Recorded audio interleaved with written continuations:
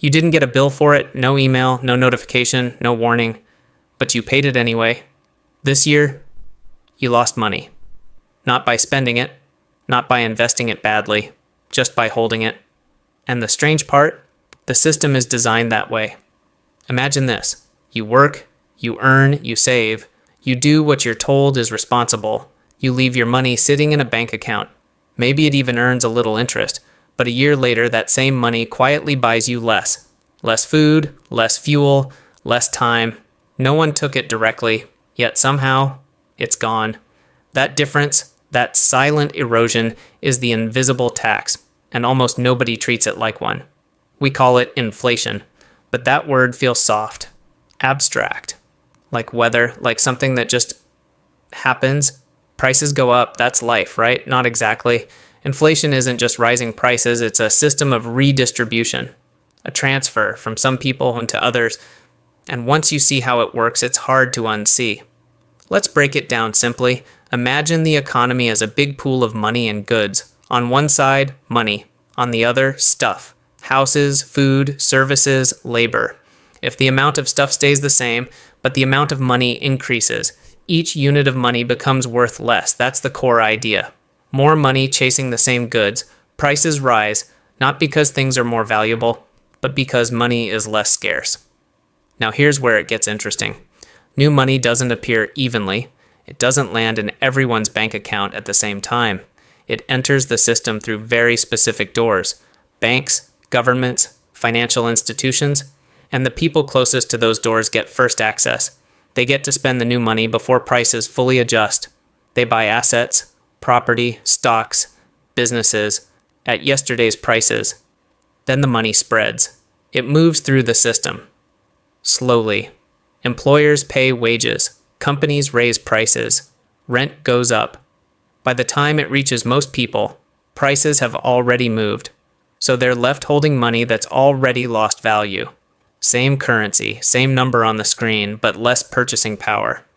That's the invisible tax, not charged directly, but paid in the gap between when money is created and when its effects reach you. Let's put numbers to it. Say inflation is 6% this year. You have $10,000 sitting in cash. Next year, that money effectively buys what $9,400 used to. You didn't spend $600. You didn't lose it in a bad investment. It just dissolved quietly. Now scale that across millions of people. Savings accounts, salaries, fixed incomes, the impact is massive. But here's the twist.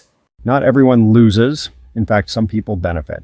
If you own assets, things that rise with inflation, you're often protected.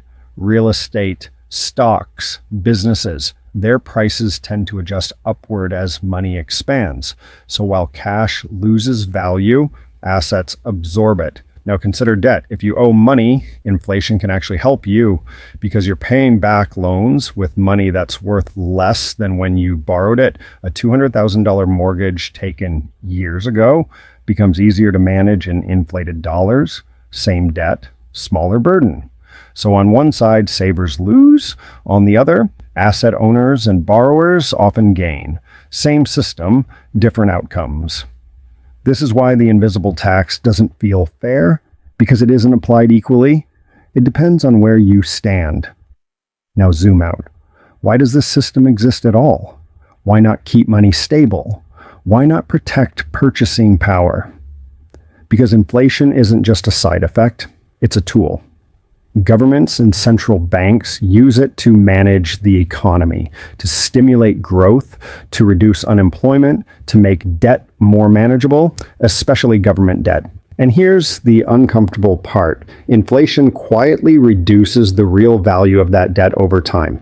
Instead of raising taxes directly, it spreads the cost across everyone holding currency. It's subtle, politically easier, and harder to trace. Imagine two ways to fund spending. Option one, raise taxes. People notice immediately. Option two, expand the money supply. Prices rise gradually. People feel it, but can't always pinpoint why. One is visible, the other blends into everyday life. That's why it works. But there's a trade-off. A system that relies on steady inflation needs constant balance. Too little, and the economy can stall too much and things spiral. Savings erode faster, costs rise unpredictably, confidence weakens, and once people start expecting inflation, behavior changes, they spend faster. Demand higher wages, avoid holding cash, that can push inflation even higher. It becomes self-reinforcing. History is full of moments where this balance broke, where the invisible tax became impossible to ignore. Prices doubling, then doubling again. Money losing meaning entirely. Most modern economies try to avoid that. They aim for controlled inflation, a steady, predictable rate, often around 2%, low enough to feel manageable, high enough to keep the system moving. But even at 2%, the effect compounds. Over 10 years, money loses nearly 20% of its purchasing power. Over 20 years, it's closer to 35%. That's not a one-time hit. That's continuous, year after year. And most people don't calculate it. They feel it in fragments, groceries getting more expensive, rent creeping up, savings not stretching as far, but it rarely gets framed as a tax because no one sends the bill. So what do people do? Some invest, some take on debt strategically, some try to outpace inflation with higher income, but there's no universal escape, only ways to navigate it. And that's the uncomfortable truth. The system isn't broken. It's functioning as designed. Money isn't just a neutral tool. It's part of a larger mechanism, one that shifts value over time, from holding to spending, from saving to investing, from the edges to the center. So the next time prices rise, the next time your money feels like it's shrinking, it's worth asking a different question. Not just, why is everything more expensive, but who got the new money first and who is paying for it now? Because once you start looking at it that way, the invisible tax stops being invisible. And the real question becomes harder to ignore. If the system quietly takes from you every year, what would it take to stay ahead of it?